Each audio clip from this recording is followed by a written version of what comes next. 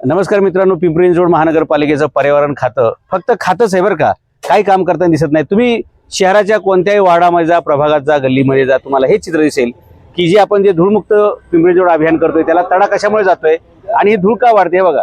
हे रस्त्यावरती सगळे वाळू, रेती, विटा, सिमेंट ब्लॉक सगळं रस्त्यावरतीच आहे। आणि पुढची हद्द तुम्हाला मी सांगतो, म्हणजे तुम्हाला कुठेही पत्रा दिसतोय का, तुम्हाला कुठेही हिरवी नेट दिसते का, काय तुम्हाला दिसते का चित्र बघा बरं। रस्त्यावरती सळया आहेत, हे सगळं आहे, डेब्री आहे, सगळं आहे बरोबर।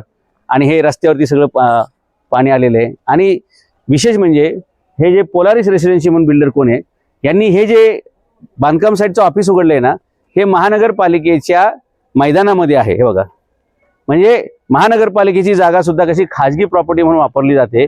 आणि महापालिकेच्या अधिकाऱ्यांचं लक्ष आहे का याच्याकडे, भूमी जिंदगी काय करतंय आणि पर्यावरण खातं आणि आरोग्य विभाग काय करतोय।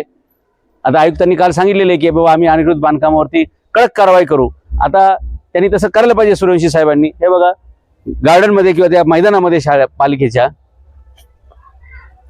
बिल्डरचं ऑफिस आहे, म्हणजे पालिका बिल्डरांनी भाडे तत्वावर घेतली का काय, अशा प्रकारचा प्रश्न उभा आहे। इथं बघा, ही बंद गाडी आहे, अशीच आहे, इकडे एक गाडी आहे, सगळ्या रस्त्यावरती आपलं खाजगी पार्किंग असल्यासारखं वापर केला जातोय। तुम्हाला हे पालिकेचं मैदान दाखवतो, म्हणजे कामं बिल्डरची, फायदा बिल्डरचा, जागा पालिकेची वापरायची।